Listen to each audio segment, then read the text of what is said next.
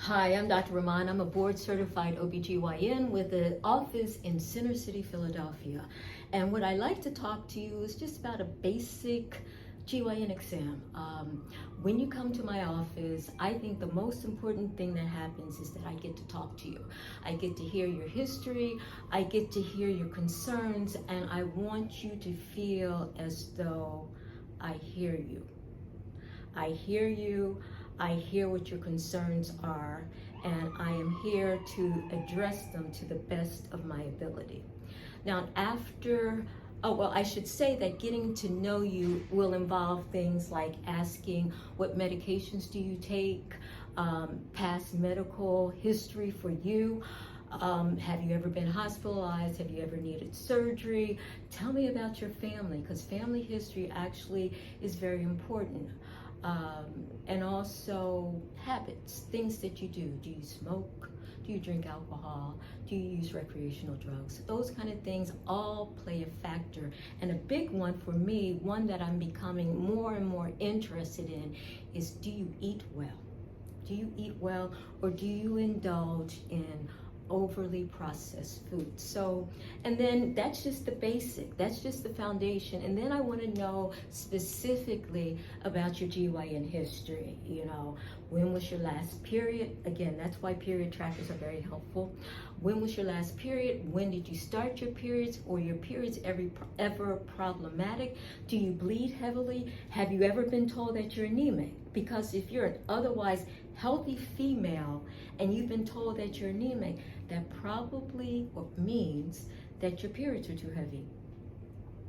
And also, do you have any other gynecological issues?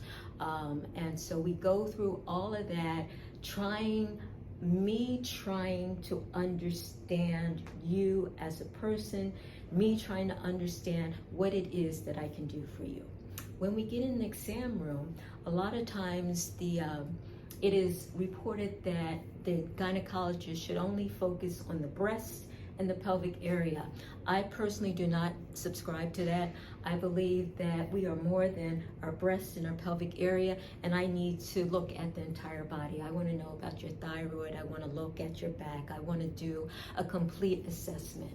And then that often includes doing the pelvic exam. Now, the pelvic exam, the GYN pelvic exam, has 3 parts to it. It's looking on the outside. I'm looking at the external genitalia. I'm looking for any evidence of female genital mutilation. I'm looking for evidence of any rash or anything abnormal. So I want to take the time to examine the outside area, the skin on the outside.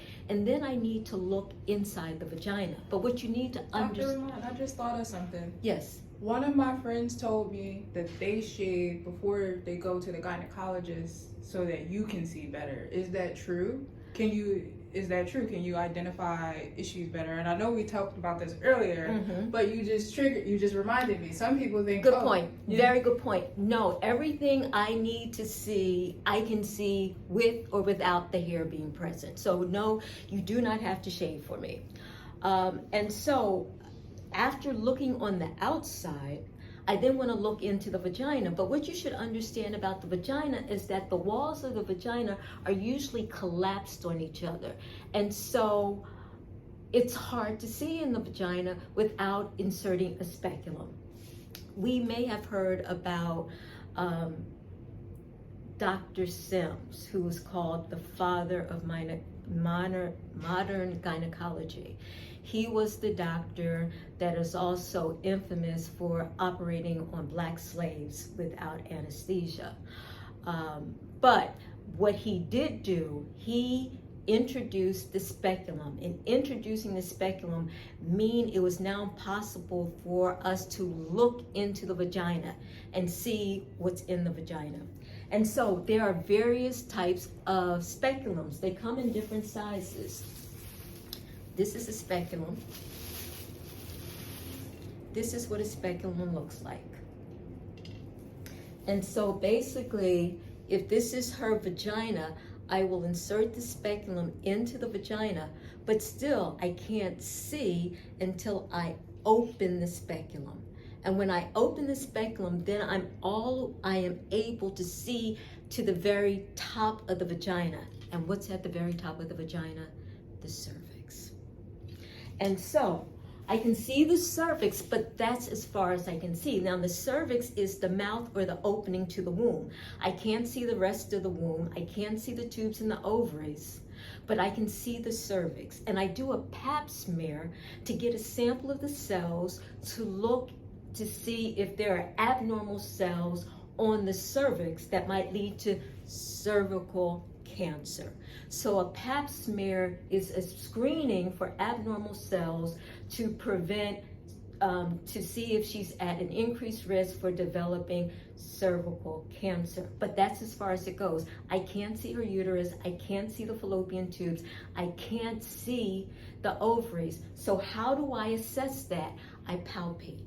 I insert my fingers and I palpate to see if I feel anything enlarged or anything tender on, this is called bimanual examination.